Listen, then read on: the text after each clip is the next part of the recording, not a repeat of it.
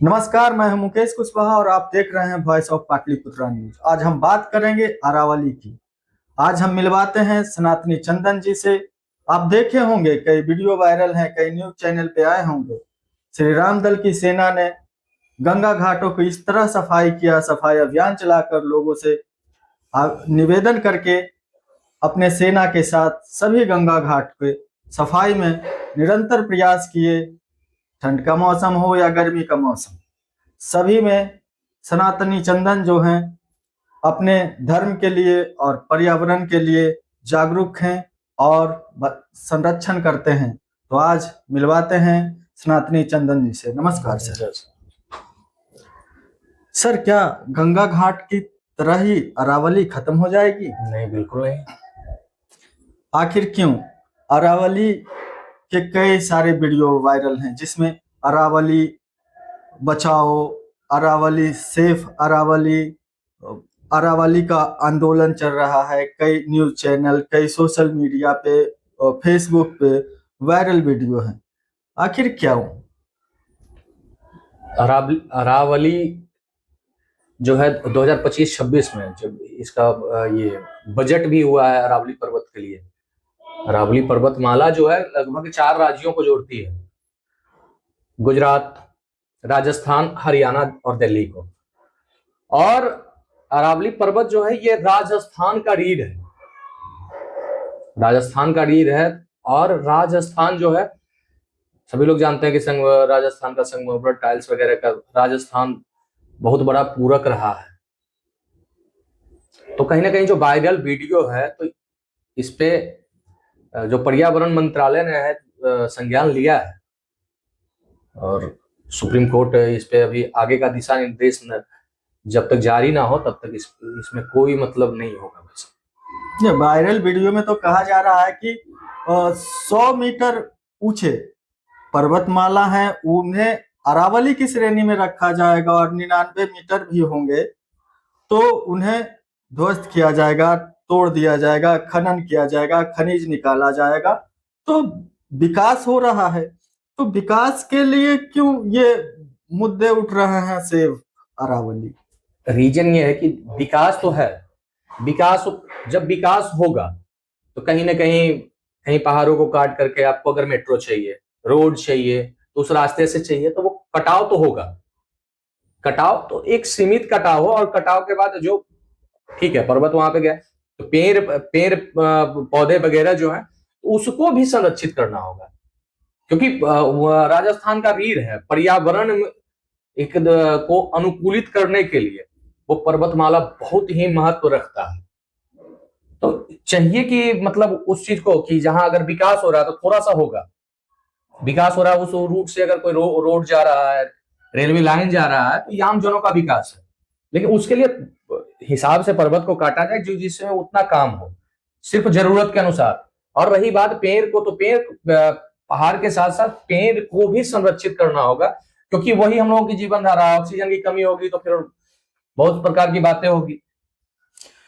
सरकार का कहना है एक पेड़ माँ के नाम। तो अरावली जब समाप्त होगा तो कई पेड़ पौधे काटे जाएंगे। कई आंदोलन चले भारत में, जिसमें चिपको आंदोलन से लेकर हस्तदेव बचाओ आंदोलन तक चला। ये तो देखिए बात है कि राजस्थान में ज्यादा, तो ये अभी हम भी वीडियो के माध्यम से ही देखते हैं कि राजस्थान में ज्यादा वहां के लोग एक्टिव हुए हैं।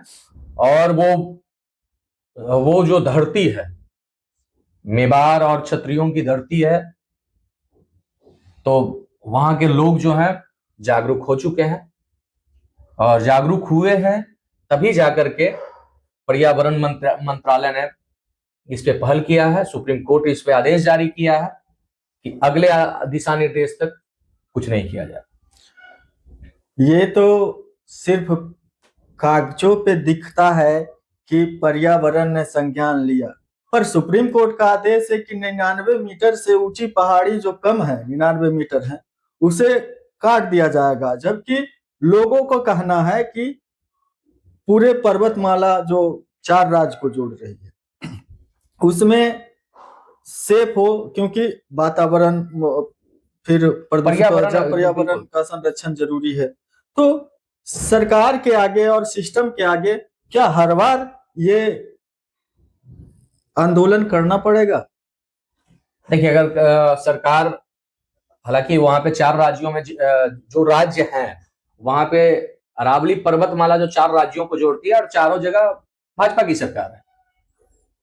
तो अगर बाय द वे क्या लगता है कि आप मतलब जिस सरकार को हम वोट देके जिताए और वो सरकार कुछ गलत करेगी तो क्या आंदोलन नहीं होगा? होगा आंदोलन। हर चीज के लिए आंदोलन ही एक जरिया है, और आंदोलन हुआ और उसका असर दिख रहा है कि जो सुप्रीम कोर्ट का आदेश है अगले दिशा निर्देश तक उसको स्थगित किया गया है। जैसे वर्तमान जो सरकारें हैं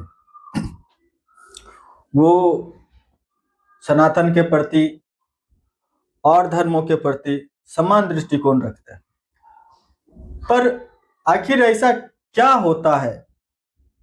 विकास के मुद्दे जब भी उठते हैं तब जिस राज्य में विकास की बात होती है वहां पर्यावरण संरक्षण के लिए आंदोलन होते हैं।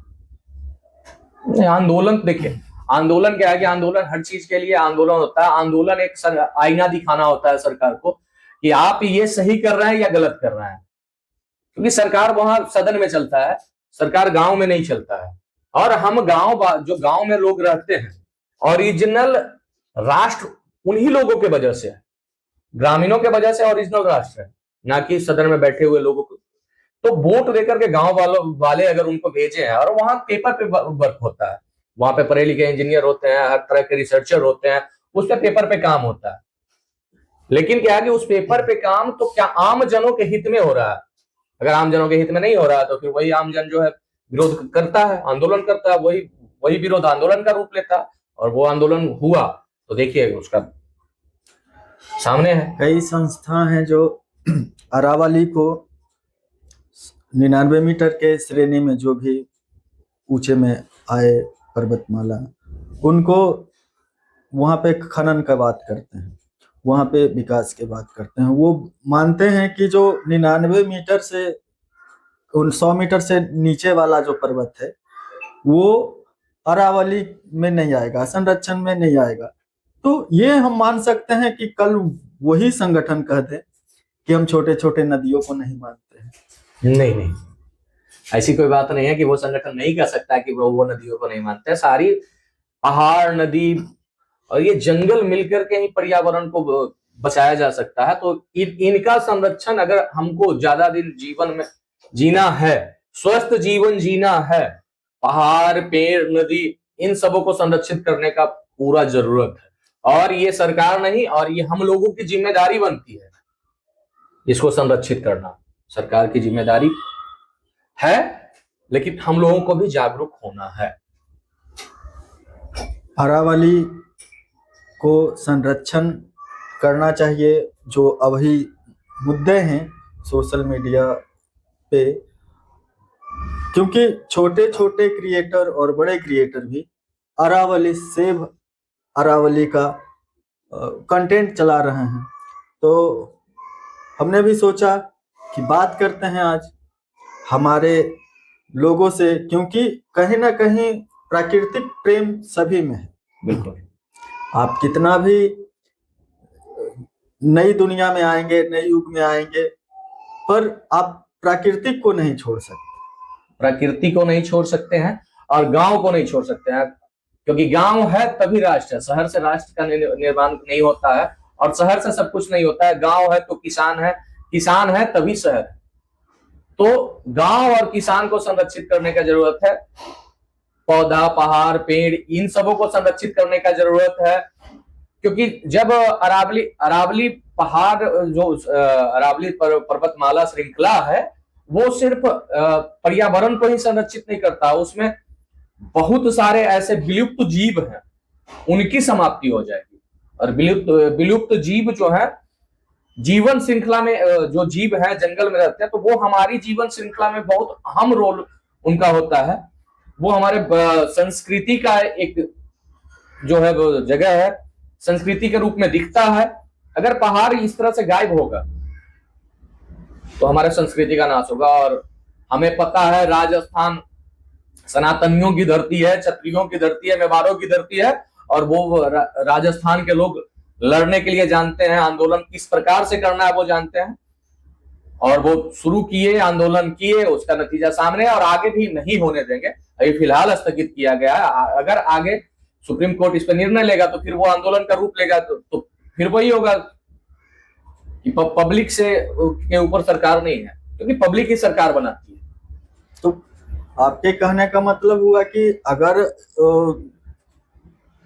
पक्ष में आता है फैसला, मतलब अरावली पर्वत संरक्षण के हित में आता है फैसला, तो हम सरकार का समर्थन करते हैं।